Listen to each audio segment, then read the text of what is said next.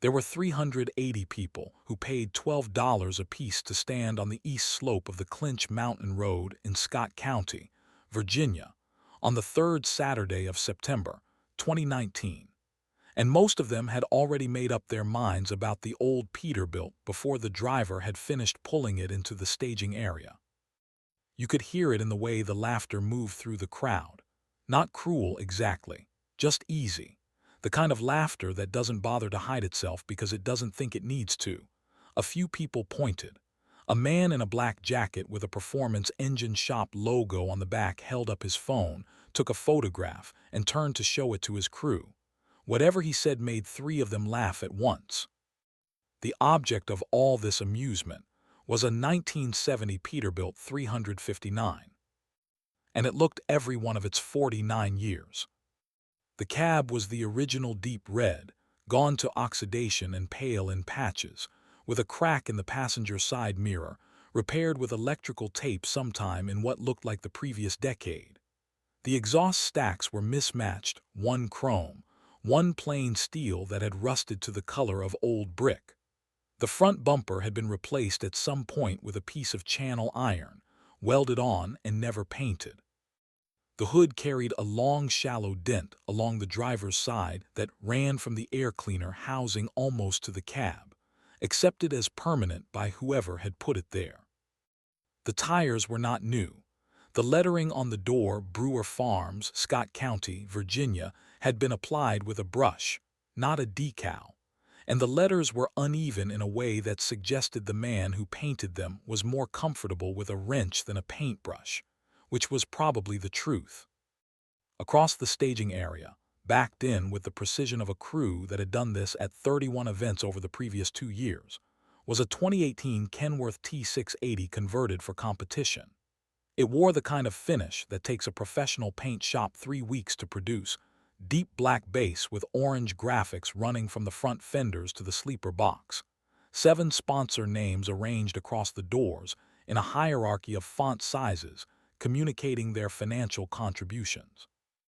The team had 4 crew members and a trailer with its own generator.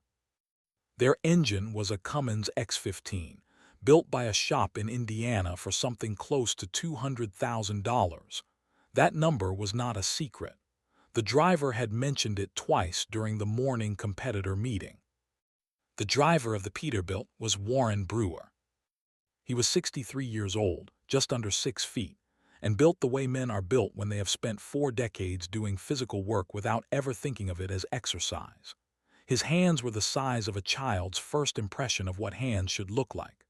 Wide across the knuckles, scarred at the base of the left thumb from a fan belt in 1986, permanently darkened in the creases from engine work that no amount of hand cleaner fully removes.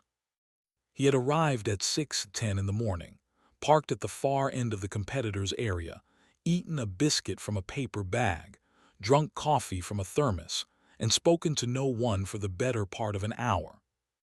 Now I need to stop here and explain something about Warren Brewer, because without knowing who he was and where he came from, the rest of this story is just a truck going up a hill, and it is not that story.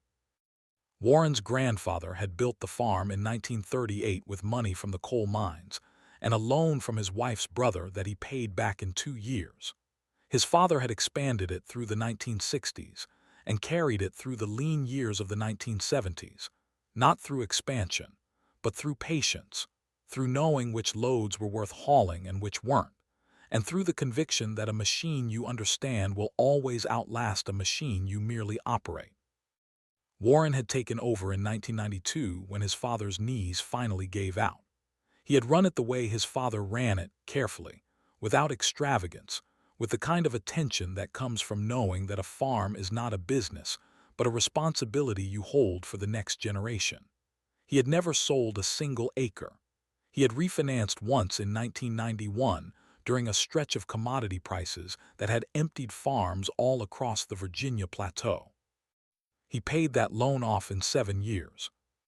He had bought the Peterbilt in 2003 from a retired timber hauler in Lee County named Gerald Combs, who had run it since 1974 and sold it only because his knees had decided that climbing in and out of a cab that high was no longer a reasonable part of daily life. Warren paid $4,200 for it. Honest money for what it was, a truck that ran well and looked like it had worked for a living, which it had. He used it on the farm for the first 6 years, hauling grain and equipment. Then in 2009, his son took over most of the field work, and Warren found himself with time he hadn't had in 40 years, and a truck he'd come to know the way you come to know something you've worked alongside in difficult conditions. What he did with that time and that knowledge over the following 10 years was not something he talked about much. His wife, Patty, could tell you he spent most of his winters in the machine shed with the lights on until 10 or 11 at night. His neighbor, a man named Ricky Sexton, could tell you the Peterbilt was in pieces in the shed for the better part of 18 months starting in the fall of 2015, and that when it came back out, it sounded different.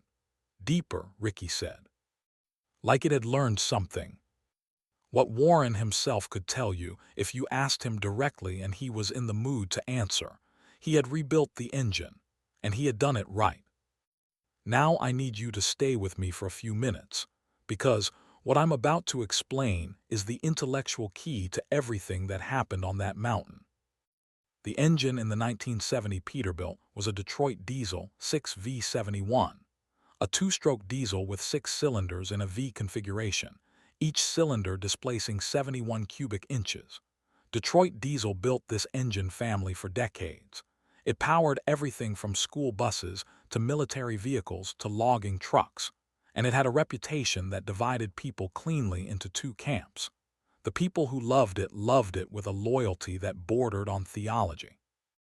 The people who didn't know it thought it was old technology, a relic, something surpassed by modern engines, the way the telegraph was surpassed by the telephone. The Kenworth team was firmly in the second camp. What they didn't know, what most people standing on that hillside didn't know, was what a properly built 6V71 does at low RPM under load. A two-stroke engine fires on every revolution of the crankshaft, not every other revolution the way a four-stroke does.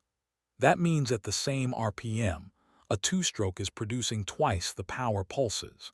And the 6V71, in its original Detroit diesel configuration, produced its peak torque not at the top of the power band, not at the screaming edge of what the engine could sustain, but down low, in the range where most engines are still clearing their throats.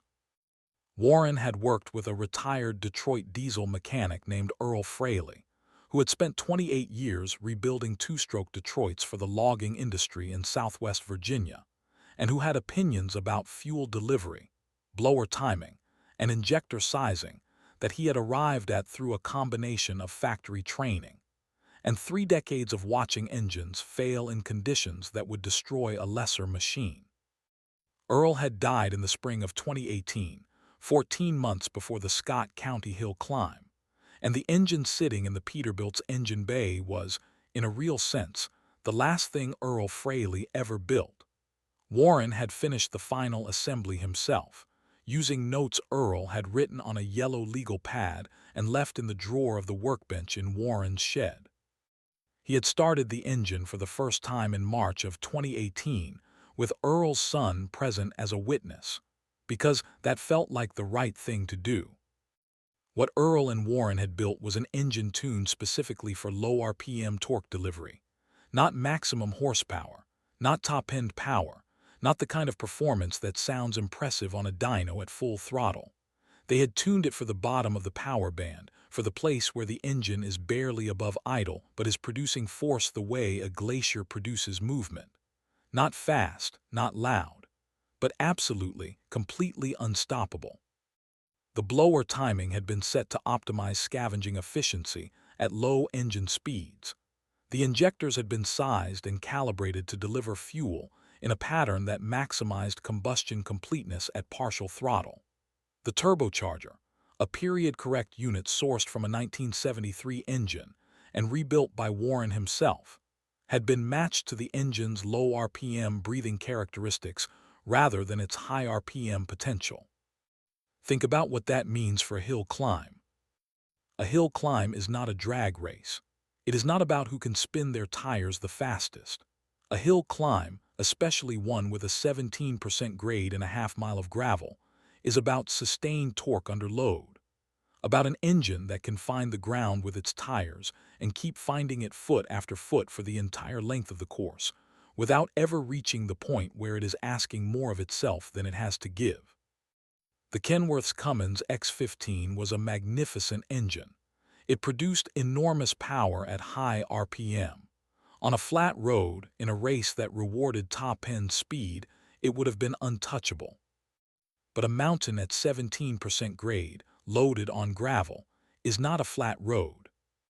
The Kenworth ran third in the morning session. Its time was 11 minutes and 42 seconds, the best of the morning, and it drew a genuine roar from the crowd. The Cummins had sounded like a Cummins, authoritative, modern, the kind of engine noise that communicates engineering investment to anyone within earshot. The truck had made the steep sections without drama and come over the top with what looked like reserve to spare. It was, by every visible measure, a dominant performance. Warren watched it from the staging area, standing beside the Peterbilt with one hand on the front fender, drinking from his thermos. He watched the Kenworth come back down, watched the crew congratulate each other, screwed the cap back on the thermos, and set it on the seat through the open door. Then he walked around the truck once, checking the tires the way he always checked them. Not a quick glance, a full inspection. Crouching at each wheel, pressing his thumb against the sidewall, checking the valve stems. He did this without hurrying. He had been doing it this way for 40 years and saw no reason to change. There was a boy at the fence near the staging area, maybe 9 or 10 years old, wearing a University of Virginia sweatshirt 2 sizes too big, eating a hot dog. He had been watching Warren check the tires for several minutes. When Warren stood up from the last wheel and turned toward the cab, the boy said through the fence, "Which one do you think's gonna win?" Warren looked at him. He said, "Expect we'll find out." The boy looked at the Peterbilt, then at the Kenworth gleaming in the afternoon sun across the staging area. He said, "That one looks faster." Warren said, "It probably is faster." He put his hand on the door handle. He said, "Fast ain't the same as strong." He climbed into the cab and closed the door. The Peterbilt was the 14th competitor of the afternoon session. By the time Warren pulled into the staging lane, the crowd had seen 12 trucks make the climb, and the Kenworth's time still stood at the top of the board. The afternoon had cooled. The temperature had dropped from 71 degrees at noon to 63 by 3:15, which matters for engine breathing, matters for air density, matters for the way a two-stroke diesel fills its cylinders on every revolution. Warren had known the temperature would drop in the afternoon. He had entered the afternoon session on purpose. The official waved Warren forward to the line, and the Peterbilt moved up with a sound the crowd had not expected. A two-stroke Detroit diesel at idle does not sound like a modern engine. It does not sound like anything else. It has a mechanical cadence that is faster than its RPM suggests, a rhythmic clatter that old-timers recognize instantly, and that younger people often mistake for something wrong. Several people near the line turned to look. The man in the performance shop jacket, who had come back down from the top to watch the afternoon session, said something to the person next to him. Both of them smiled. What they were hearing was not a truck with something wrong. What they were hearing was a 6V71 at idle, slightly above operating temperature, with a blower moving air through those 6 cylinders at a rate the factory spec sheet would not have predicted, in a configuration that Earl Fraley had arrived at through 28 years of watching engines work in the mountains of southwest Virginia. What they were hearing was a machine built for exactly this moment, on exactly this kind of ground, at exactly this temperature and grade. Warren set the parking brake, climbed down from the cab, and walked around the truck one more time. He checked the air lines. He put his hand flat on the hood for a moment, not checking anything, just touching it, the the way you touch something you know. Then he climbed back up, settled into the seat and released the brake. The starter flag dropped at 3:47 p.m. The Peterbilt did not lunge forward. It did not spin its tires or lay a cloud of black smoke over the line.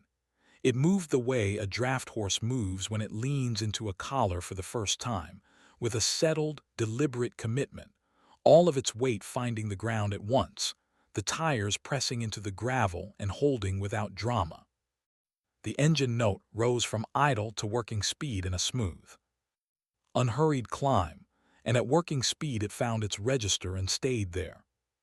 A deep, rhythmic, mechanical sound that was nothing like the Cummins and everything like what it was, a two-stroke engine making torque at the bottom of its power band, where it had been built to make it.